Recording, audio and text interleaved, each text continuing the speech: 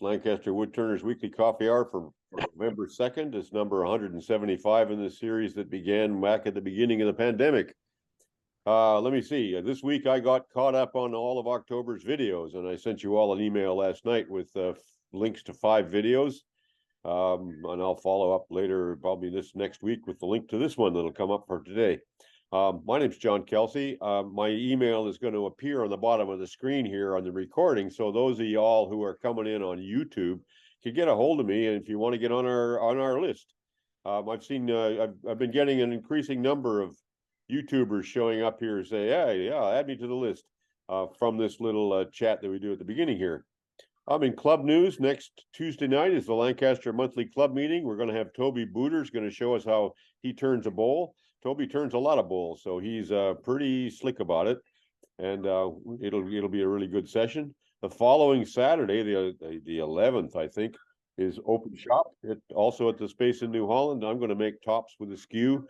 I don't know who else is going to show up there, but we've been getting about a dozen or so people, including some very expert guys and some very beginners and some middle ground patzers like me.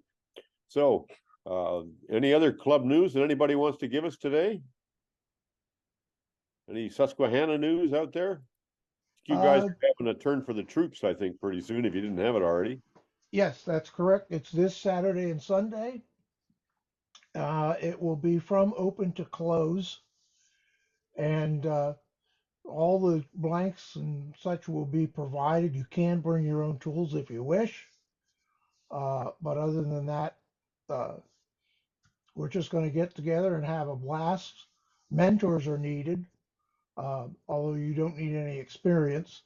Anyone who wants to bring kids or grandkids is welcome. We have had kids as young as 10 turn a pen, and in one case, a little girl of 6 made a pen. And I've had the question before. It's like, how old does a kid have to be? And my normal response is, if you would trust your kid with a sharp knife, then they're mature enough for this. If you wouldn't let your kid handle a sharp knife by themselves, then I would say no. We have turned troops also in Baltimore at the brand new Woodcraft Timonium. We're only doing Saturday though, from 10 to 2, and come one, come all. I think Randy raises a great question about children, and as I've started to teach and had things like this, people present you with young children, and how do you possibly address that a 6-year-old is going to be safe in your shop when they present themselves? And I'm clearly not comfortable with it. I don't know what other folks do, but I would be interested in opinions. I've generally found 8 years old is pretty much the minimum. By the time they're 8, they're usually a little more able to take direction than 6-year-olds. In the club setting, in our case, I forget exact age. I think we settled on 12 with the insurance company, and I know that's changed. So I'm sure most clubs in the States are under the AAW insurance, and I don't know what the restrictions are there. At home, I think I'd be comfortable with 8 probably. I never ever got my grandkids on the lathe. I even have a lathe set aside for them and tools, and it just never happened. Now they're 21 and 16 is the youngest. So, and they found girls. Anybody else on this? My challenge is getting the parents to give approval for my grandson, who's 11 now, to be on it. I got to let his daddy be convinced he can't hurt himself. So we'll work at it. So, anybody else with relevant experience here? I had family visiting from California, 5 individuals, and youngest was 4, the oldest was about my age, and everybody did something on the lathe. The 4-year-old, I had turned the top and it was still on the lathe, and so she was able to add color to it with some felt tip pens as her grandmother turned the knob on the headstock like hand. They love to do that. Oh yeah. kids of almost any age will like to do that. Will like to color a top with a marker or a crayon, a colored pencil. Yeah, Well, my over here- granddaughters loved to paint the little Peggy people that I'd turn. Yeah. Over here, we the insurance, if you want to use them for turning, it has to be 11 or over. Although the club will accept children to come and watch, as long as they're accompanied with a parent from 6 upwards. But before they can go on the lathe, for insurance purposes, 11. Anybody else? Yes, I have. But first time I've ever chatted on here, I guess. But I have a grandson. He's 16 now, and he started with me at the Edmonton Woodturners Guild to start with, so he'd get an idea of what it was all about, and made a little bit of a commitment. And I think he was 12 at the time.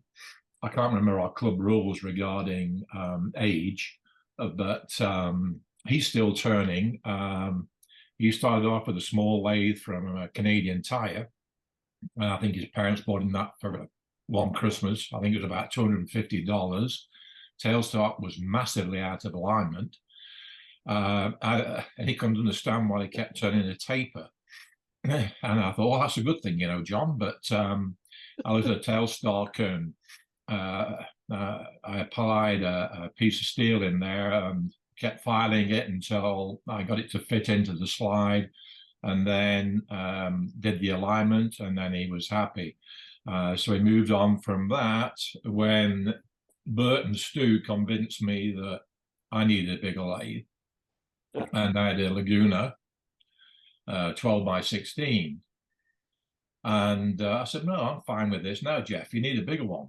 So they convinced me to purchase one of our club members, who's no longer with us, unfortunately, 1642 Jet. And so I bought that, and I thought, oh, well, I'll sell my Laguna. Nah, that didn't really happen because my grandson said, oh, well, Granddad, I'd like that. And I said, I'd like your money. And of course, I think he gave me about $1. And now he owns the Laguna. and I'm with this. So, and he absolutely enjoys wood turning. He's very passionate about wood turning. And his brother, Samuel, is 8 years old. And on my birthday, a little party at home here on Sunday, he brought a small little, almost like a stick vase, but I think it was out of something like about a 2x2. And he shaped it with the help of John, and he's really into wood turning as well. So I didn't get the beginning of the question because my computer decided it didn't want to start this morning. But I'm assuming that that was the question that was out there for young turners. And Samuel will be joining our club as a member maybe in a year or so. I'm not too sure. I have to check up on the age restrictions, but it's a great thing when you can encourage your children to get a hobby that doesn't include their thumbs playing games. So I think it's wonderful. That's all I have. Anybody else on children and ages and getting them started? Good topic. Yes, I do. Using Randy's criteria of can they handle a sharp knife, and based on my many years as a college professor, I'd say about age 25 would be about right.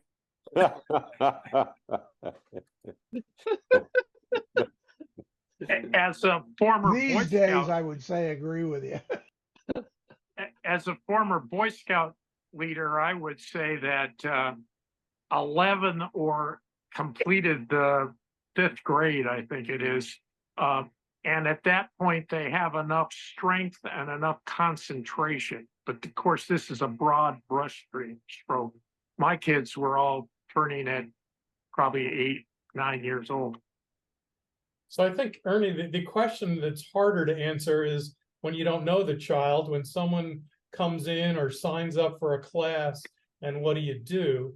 Because you can't gauge any of that. I know that, the first time I turned anything was in junior high school in the shop. And that was, I think we were in 8th grade, was when the school decided we, maybe had the skills to do those things. But I think it's a great question. It was interesting to hear the insurance questions, but I've been presented with this more than once where someone approaches me who's 9 or 10 years old, and I'm really not sure what the right thing to do is. I get probably a homeschooler a week that way, that wants to bring them here for a program. And my attitude is anybody that hates dogs and kids can't be all bad. I think we need to figure out how to put a screen on the top of the headstock. It'll keep their attention there. So yeah, perhaps a caveat or another part of the question is when you have a group and you have 3 or 4 turners and one is a child, what do you do with that, or do you just exclude them? I'd try and bring them in if possible. I don't know. I've generally found that kids have more abilities than the adults around them are willing to give them credit for, with some notable exceptions. I found that a lot of the children don't have the background experience to recognize the hazard.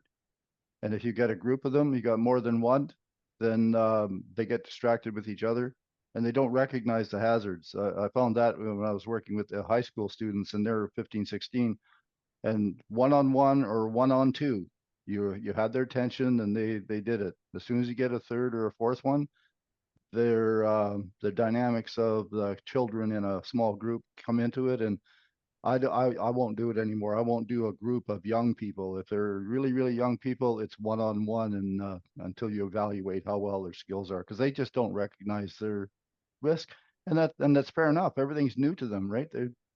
Everything they do is brand spanking new, so you gotta help them out to recognize the risk.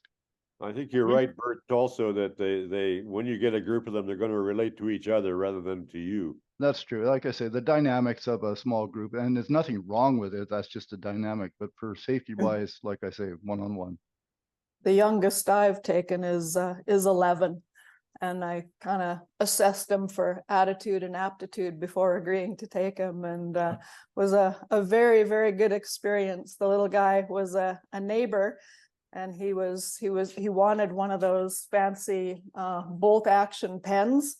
So I told him if he wanted one, he had to come over and make it himself. And he was so shy, he wouldn't really make eye contact, but he came over and I worked with him one-on-one.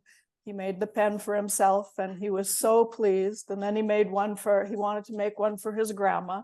And then he wanted to make one for his grandpa, and then one for dad. And then pretty soon he was coming over every day after school, to the point he knew like where all my tools and equipment were. He knew like he just knew everything. And then one day he strutted into my shop with he had a Ziploc baggie with him, and he had $1,000 in it.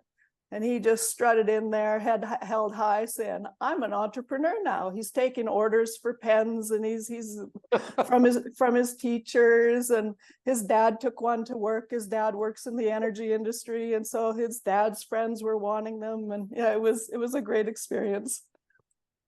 That's a great story, Sherry.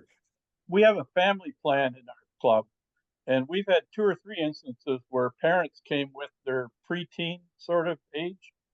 And one of the boys, I remember, it's 5 or 6 years ago, like Sherry was saying, he got really good at pens, and then girls got into his life, and we never saw him again. But that was interesting, and it was they were really welcomed by everybody in the club, and you got all these old geezers in the club, and now we have more women, younger people participating, but it added another flavor to the whole evening.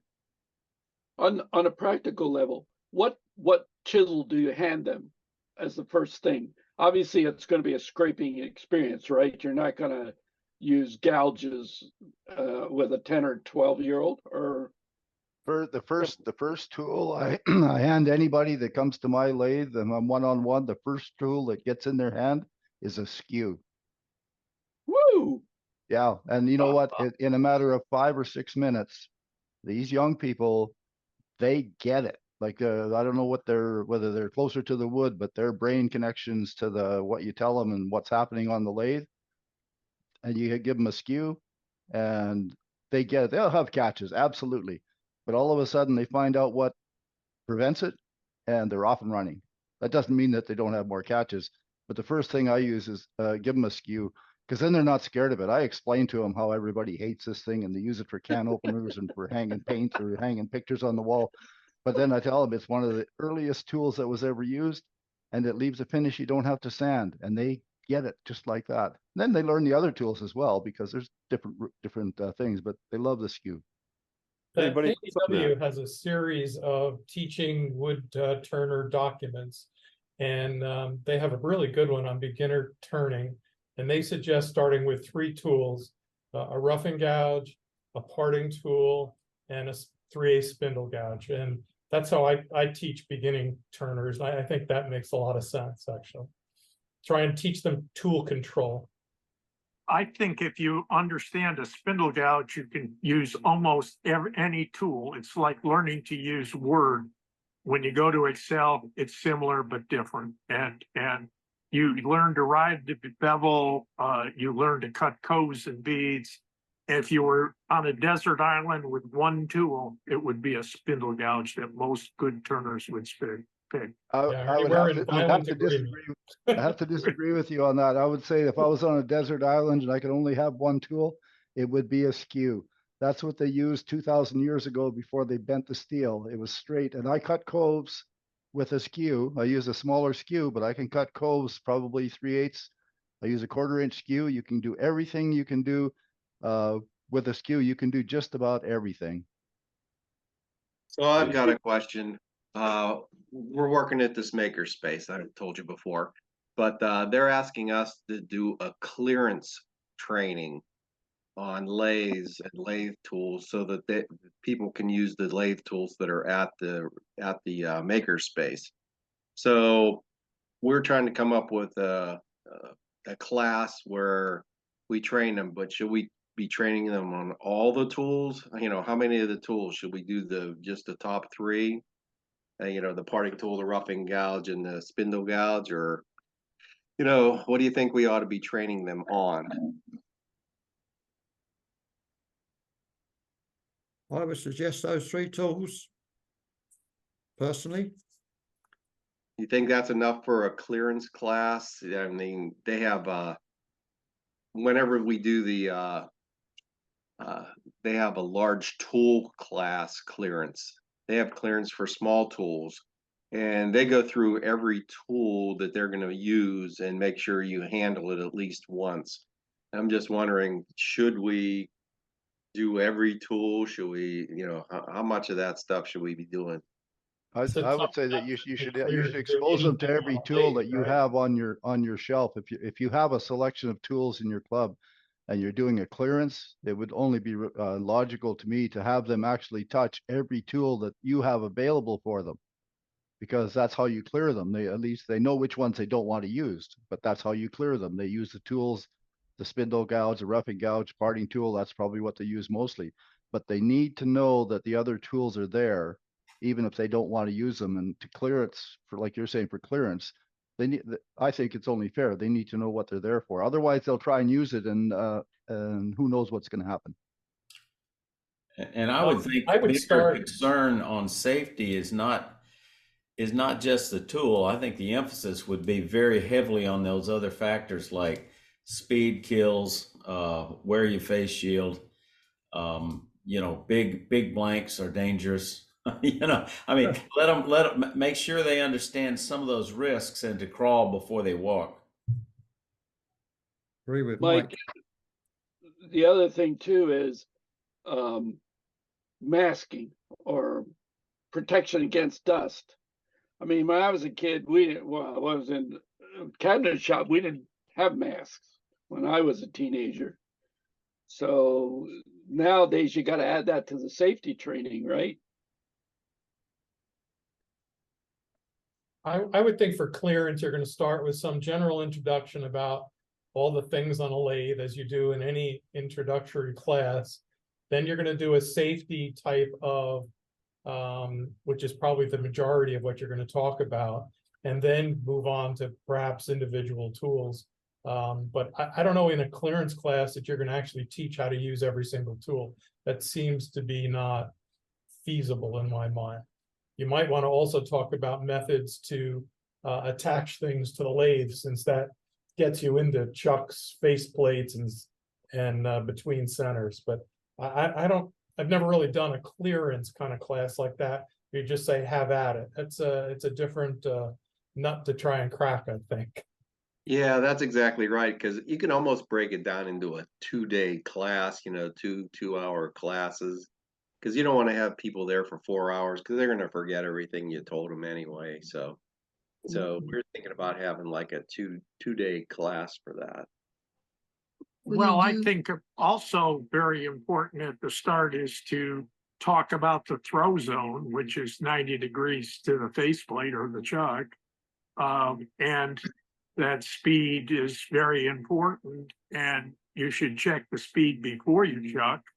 You should definitely change the belt ratio if it's a VF, a variable frequency control with a 2 or 3 step pulley.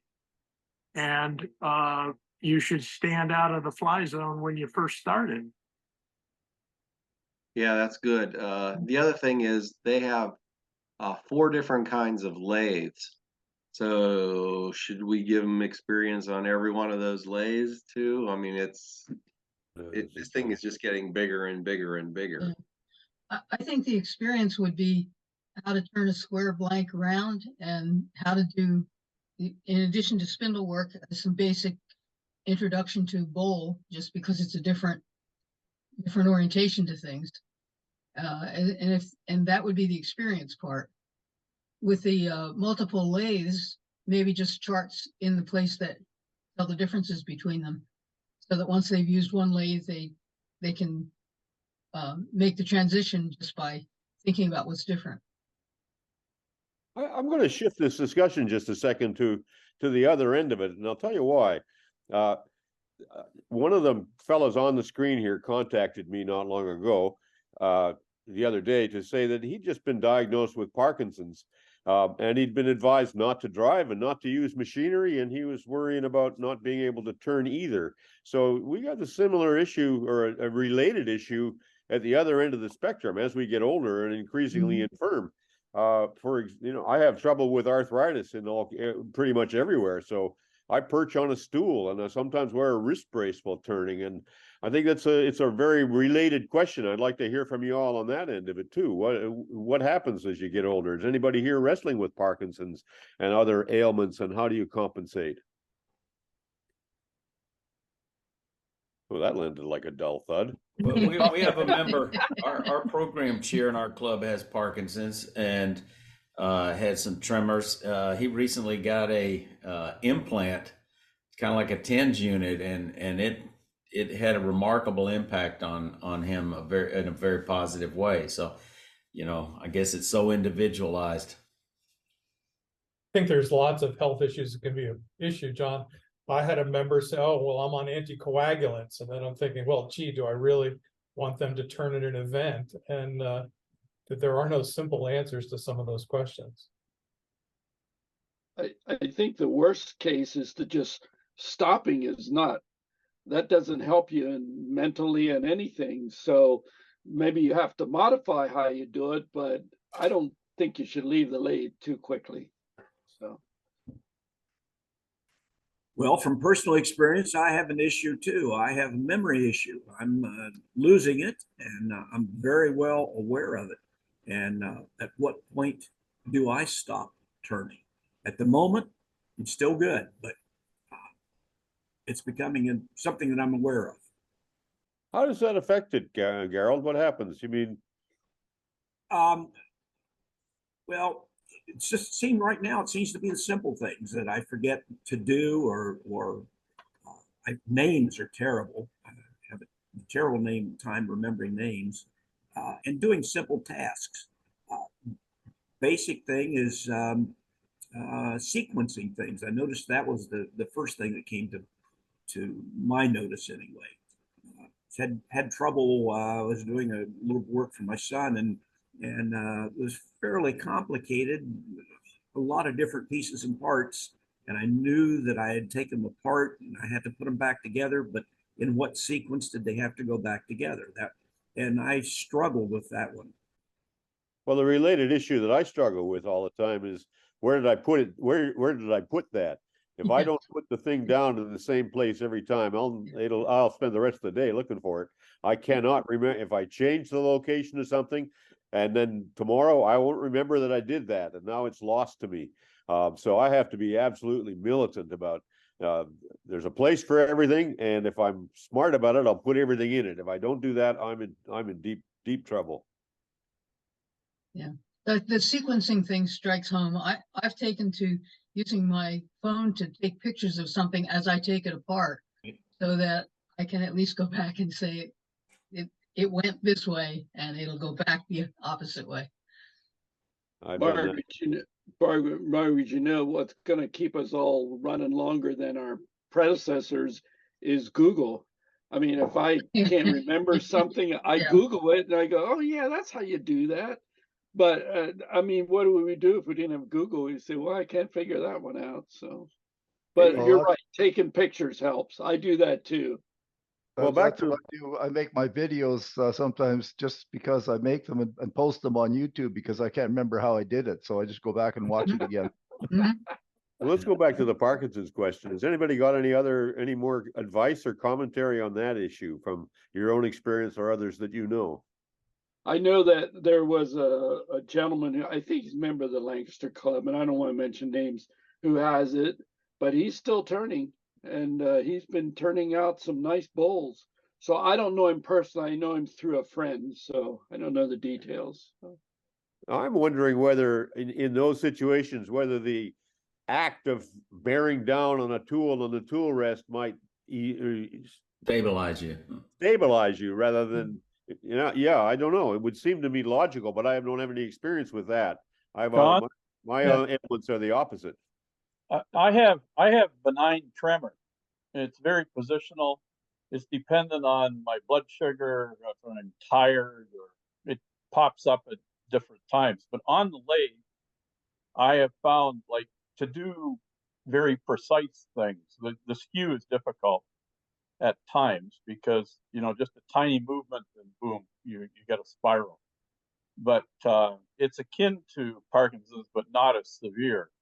And I have to hand lock myself and be very careful how I place my hand, my support hand, my tool hand holding the handle. And I've made large handles, so with arthritis, it's easier on the fingers of gripping things. So it's any tools, like miniature tools that I had that were small, I've made bigger handles for them. But the tremor is, to do, say, some decorative work, you've got a piece finished on, I want to do something on the outside of the bowl. Well, if you're having a bad day, you put that off to another day. And it's not always safe. Mike, I have the same issue, but to a much lesser degree. I have it with my left hand, and I'm right-handed, and it shows up. I get sort of self-conscious a little bit because it will show up in a video when I'm reaching across to catch something that I'm parting off, because, like you say, it's positional. I move my hand a certain way, and then next thing I know, my fingers are dancing, and it doesn't bother me grasping something, but it's kind of disconcerting. Exactly. I can see it, that's exactly the way mine is. And it is my left hand more than my right. I think Mike hit on an important part, and that would be that you modify tools, or you make your shop flexible to the point that it works for you. I'm going to refer back to my teaching days and a shop teacher, and I had a blind student in a machine shop or a General Metal shop. The only thing that he couldn't do in the shop was weld. Everything else he was able to do. So I think that, we can modify and make things work. Anybody else on these topics? Either the young people or the old people? Well, you might expect that I use my hands to talk a lot. I'm not Italian by any way, but I've learned that my perception of height of the glass above the table is at risk, because I'll clear the table by just talking, So I have to watch that in the shop when I'm swinging a lathe tool around. I run the risk of accidentally getting up against before I'm ready to have it turn. So I just we call it in Pennsylvania Dutch, schusselijk.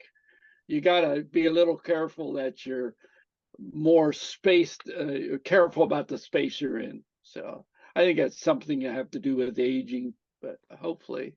I don't know. That's something I had to learn early on, not to wave the tool around. I found I was forever touching the work with the tool before I'd gotten the tool onto the tool rest. And I just had to learn, anchor, bevel, cut, and burn that into my brain. And like Mike's, like a couple of people have said also, for arthritis, I've made, I can't do little handles. So I make big fat handles that I can that my fingers can still grip. Do you know what the craziest thing, and maybe some of the other guys have it? I use my right hand to tighten the banjo and to tighten the tailstock. Well, I soon started discovering I had a left hand hip issue going on, muscle. Well, I started using a rubber mallet in the shop. You'll look at me crazy, but I got a rubber mallet laying right there, and that's what tightens the banjo lever and the tailstock lever, because then I'm not twisting my body and putting pressure across the right hand side. Yeah, it feels kind of weird, but that rubber mallet sits right there all the time next to the chisels. So I think deliberate. I've had a number of students in the last 10 years, probably, one before that actually, that because of Alzheimer's, I had to help the family decommission their shop. And it's a fairly sad thing. I just recently, within the last 2 months, had a long-time student that came out and didn't show up. He didn't show up, and he had gone to where he keeps his boat instead of my shop, and called up very embarrassed. And I had a good cry at the end of the day, but there is a point where you have to cut the plugs off the machines. And I think maybe we all should think about that for ourselves. But a related challenge is when you have a friend that has gotten to that point, but they don't want to give it up.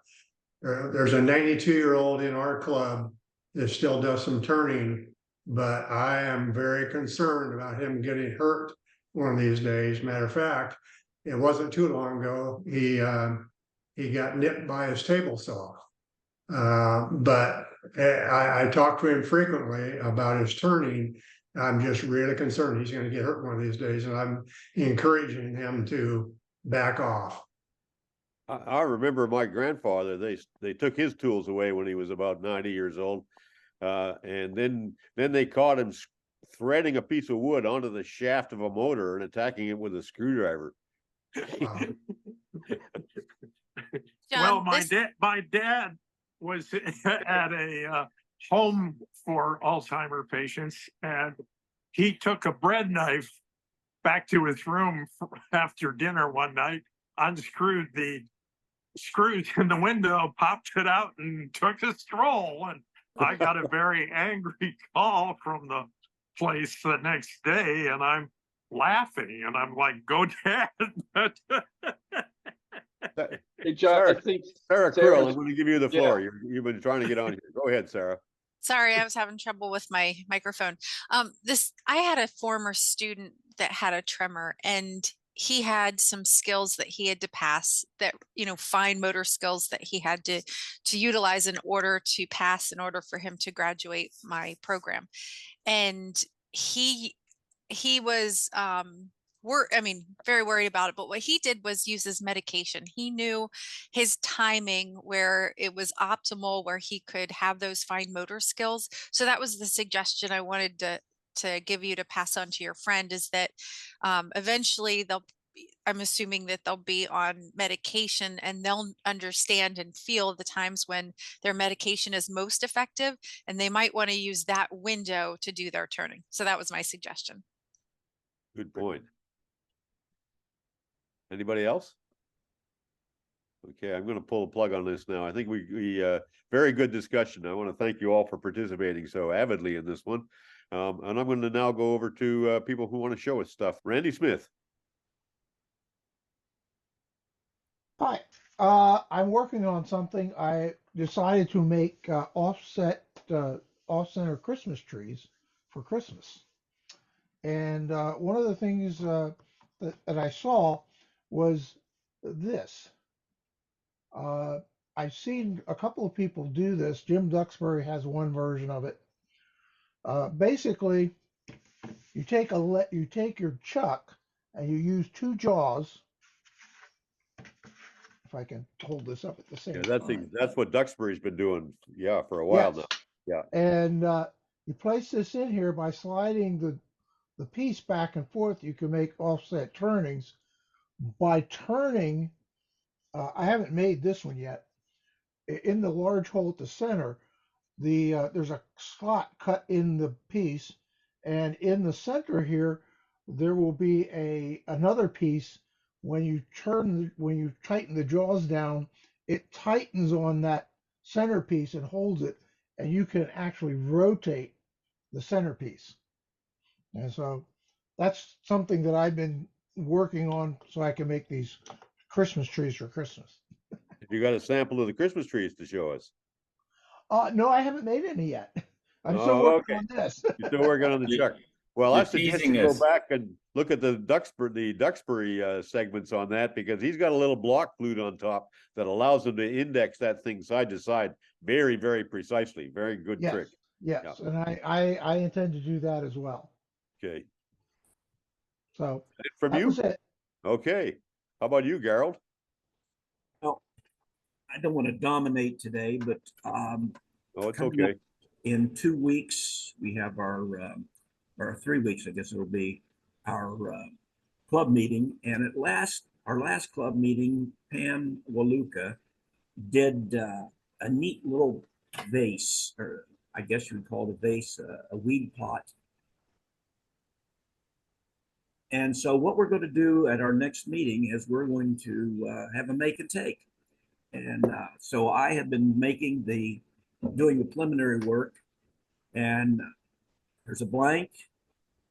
Here's a Pac-Man like, and here's another blank. And this is the way that I've created them.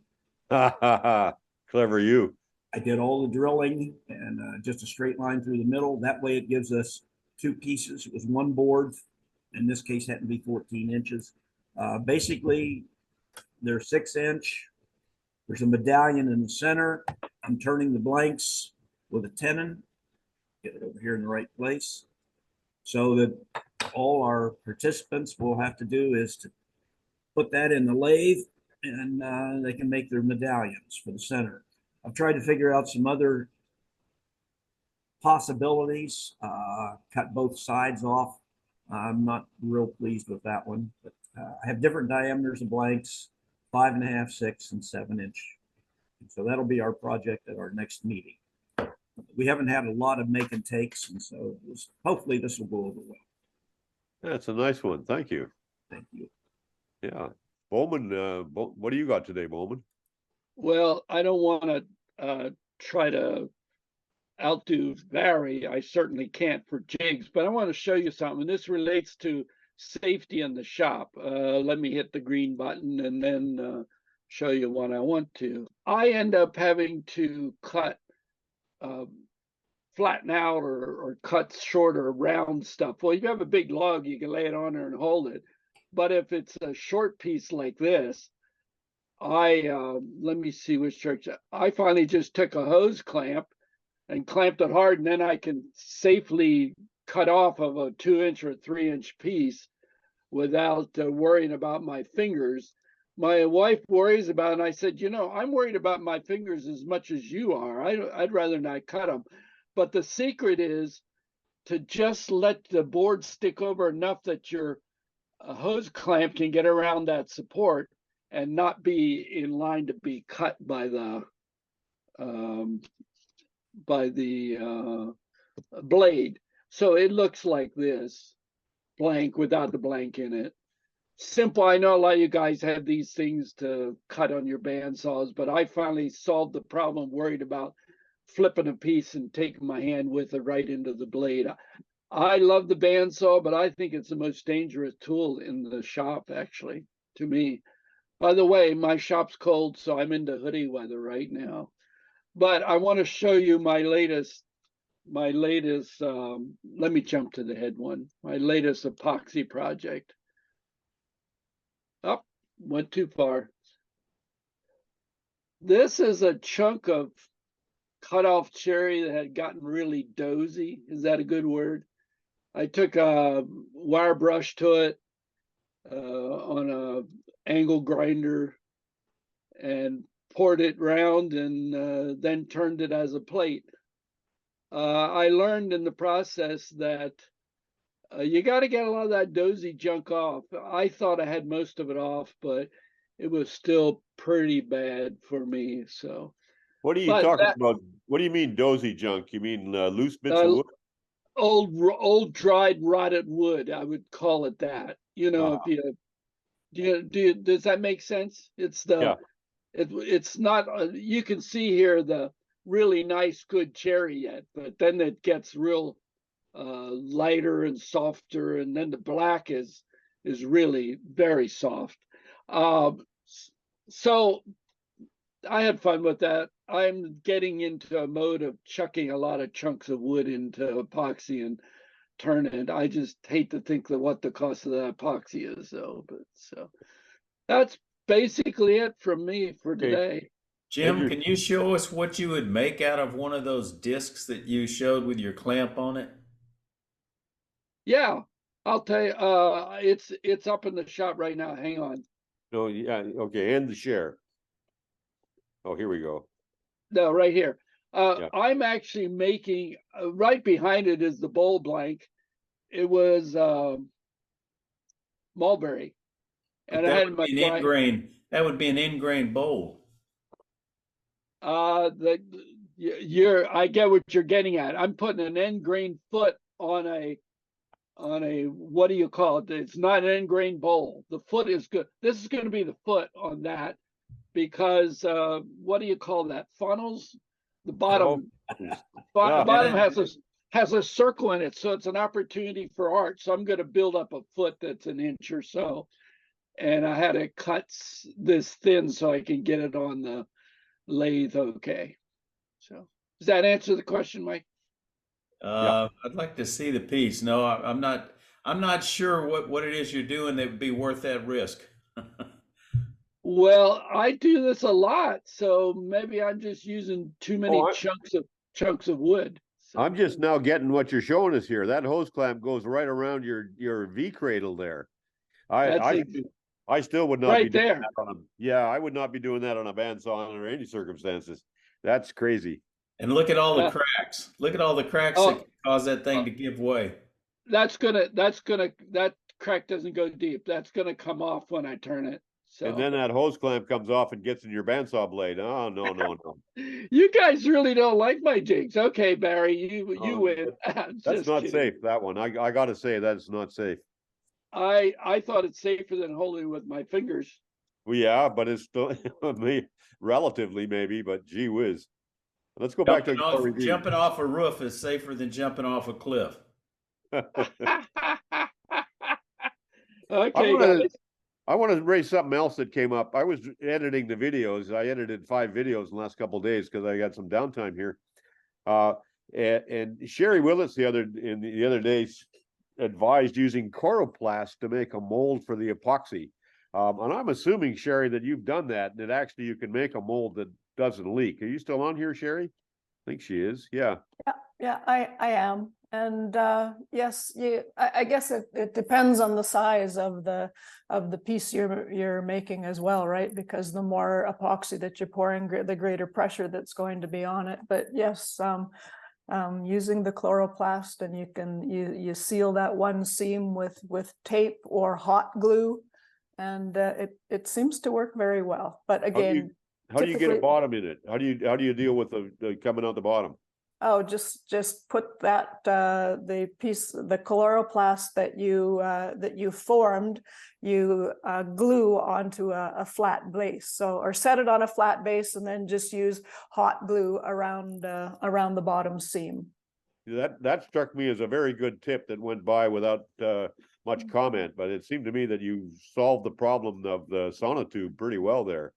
Yeah, it works great for, all kinds of different sizes and shapes, right? You can make squares, round hexagons, octagons, whatever you want. Now, I looked up what coroplast is. It's just like corrugated cardboard, except it's plastic. Exactly. So, yeah. Where do you get it?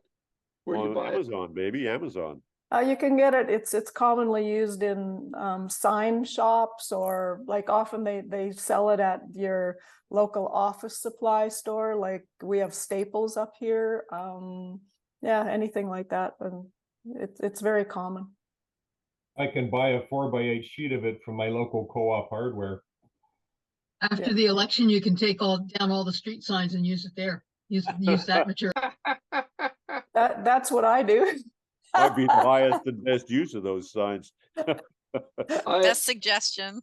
I have a sign from the previous presidential election that's still in my yard, made of that stuff, and it's still perfect. Yeah, there you go.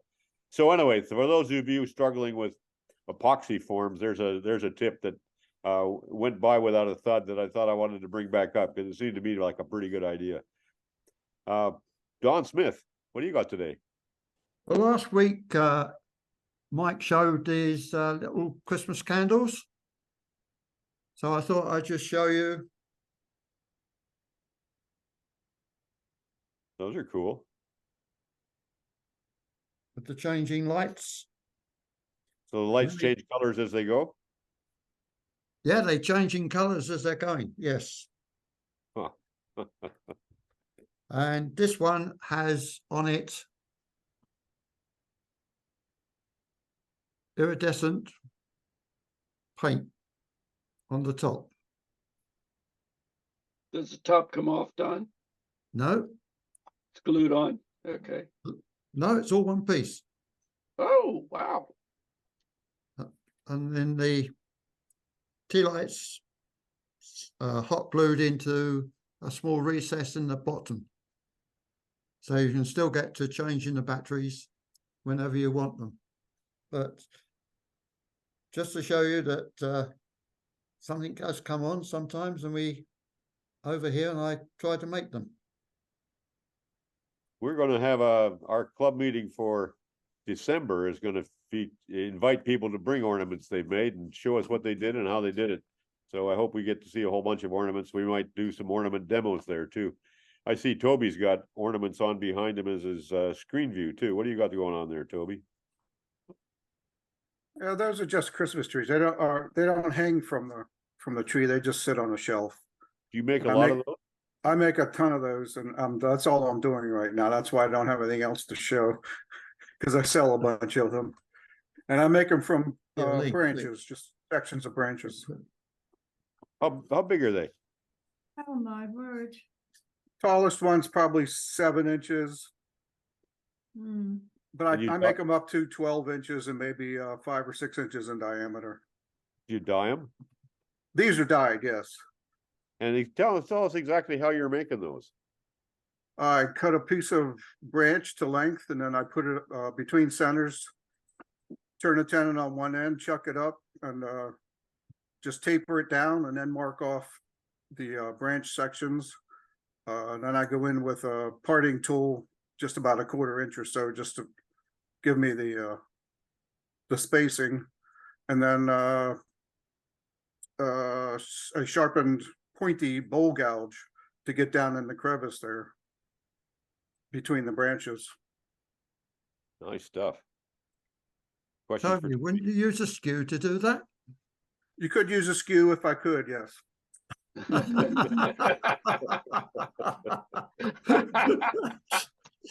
You might break too many branches, huh? Yeah, the reason I said that was because these little Christmas trees on those pieces I showed you are all done with the skew. The skew. Oh, I don't know stop if you waving saw it those around. last Hold time, it still. Toby. So we can see it. Yeah. And that again has the little light in it as I showed you before. Yeah. Oh, that's like the little lighthouse. Yeah. So you're doing these completely with a skew, or are you tell us again your routine for making these trees? Roughingales just to take the original bark off because they're boughs of yew tree, and then literally using the skew, mark off, and then going very gently with the skew to take the taper. Is there a straight cut in there to get the bottom of each of those little things? Yeah, once I've gone in, I then come back in with the skew I go in, hold it in my left hand. I go in with a skew, mark up each point with the tip of the skew. Then I go in and then back in with the skew tip again, just to clean off the underside. So how long did it take you to make one of those? 10 minutes. Okay. How about you, Toby? How long does it take you to make one of those? The whole tree, it probably takes 15 minutes or so. Okay. And then I ended up selling them by the inch. That's because initially I just made a few and I give them this price, I give them that price, and people would ask, well, this one's almost the same size as that one. Why are they a different price? And that's because I didn't have a good reference. So now I measure them by inch, and I just charge by the inch. What do you charge per inch? $5 per inch. So a 6-inch tree is $30. But they sell like crazy. I love that. It's like buying Christmas trees by the foot or whatever they sell them by. Right, right. What does sell like crazy mean? How many of those are you going to sell in a holiday season? Like 100, 500, 250? Throughout the year, because they sell all year basically. But of course, there's more during the holiday season. I'll probably sell 200 or so this year. Wow. How do you finish them, Toby? Oh, after I dye them, if I do dye them, I just put them on a carousel and spray. You could use spray lacquer, but I use the Krylon triple thick clear glaze. Put about 3 coats of that on. Does that make them shiny? Yes. Is that what people like? They want and people like it. Yeah. It also especially because I leave the bark around the rims and the bottoms a lot of time, and that kind of solidifies the bark with a coating of acrylic over top of it. That's a nice design, and it's you've got it all worked out. I can see. Yeah. I have boxes of cut up branches just waiting for me to finish. I had a friend who had a walnut tree die. It was a family heirloom kind of a walnut tree in his front yard. And he asked me to make a Christmas tree like that because I usually sell those too. And I said, boy, this stuff's really wet. And he goes, he doesn't care. He wants one for Christmas. So I said, it's gonna move. He goes, I don't care. So I made it nice and straight. And then next year he came back to me and he says, now my Christmas tree looks like it's wind blown. So it all went to the side. But he liked it. He says it was something unique. Yeah, I cut my branches ahead of time and I cut them, 6 to 8 feet long, whatever is appropriate. And then I store them in the rafters in my garage and let them dry for a year or two. That way, when I'm cutting them up to size and actually doing the turning, they're already dry, so they don't move afterwards. And a lot of times, if you turn a wet one, it'll crack, because the pith is in there, it'll crack up to the center. But this way, if you dry them ahead of time, there's not that problem. What do you mean? I would expect radial checks would open up in those things anyhow. No, not after it's dry. No, I haven't had a problem at all. No, I mean, hundreds of them. How do you get them to dry without checks opening them up? I mean, all of the wood I put up that's round, it's going to have a long split down it if I just put it up and let it dry. Put it up in the rafters of the Certain garage. species are much more susceptible, but most woods, if it's 2 or 3 inches in diameter, the ends will crack, but there's enough, I guess, mass or whatever towards the center of it that the moisture escapes out through the sides of the woods, and it all shrinks together. So, you know, if I have say a 4-foot branch, I'll cut off 6 inches off of each end after it's dry, because that will have splits in it. But then the rest of it is dry without splitting. So what species work best for that, for what you're doing? Oh, I use walnut, cherry. Maple works good. I have a Kentucky coffee tree that I just cut down. I have hundreds of those sitting around. Almost anything, some woods that are like apple or something that's normally susceptible to cracking, or lilac or something that's really, it's going to crack the whole way down. I also tried doing some grapevines that I have, you know, I have 2 or 3 inch thick grapevines, wild grapevines, but they split the whole way down. You can't just, I guess they lose their moisture too fast because they're so porous. What about pine or hemlock or other softwoods? I've used hemlock and spruce and yeah, they dry fine. Okay. As long as it's not too thick. If it gets over 4 or 5 inches, then it's questionable whether it'll split or not. Hankinson, what do you want to say? I'd just add that I've made little forests of those different sizes, and I just go to the wood pile, take some firewood, turn it down. Birch or poplar, spruce, tamarack, any of that stuff works. You don't have any, do you have any fruit woods up where you are? Like cherry, walnut, nut woods or fruit woods? Yeah, I've heard of those kind of woods. They grow somewhere in the world, but they sure as heck don't grow here. But apple is up here, but I would use apple for something else, of course. Okay, anybody else on Christmas trees and Christmas ornaments before we wrap it up here? If you're in a real hurry with something wet, you can use an alcohol bath. What do you mean you could use an alcohol bath? Well, I get the piece, if it's just 1 or 2, I put a little denatured alcohol in a clear container, usually an old nut jar or something, and then I just dunk the thing in, weight it down, and just let it set overnight or maybe a couple of days. The alcohol displaces all the water, then you just pull it out and you let the alcohol vapor off, and it's pretty well dry. There isn't much moisture in it. That's the first time I've heard that trick. Use the bourbon, throw away the wood, drink the alcohol. See you all next week. Very talky coffee hour today. Bring some work to show next week. We'll be back same time, same station. Wood shop. Thank God for wood.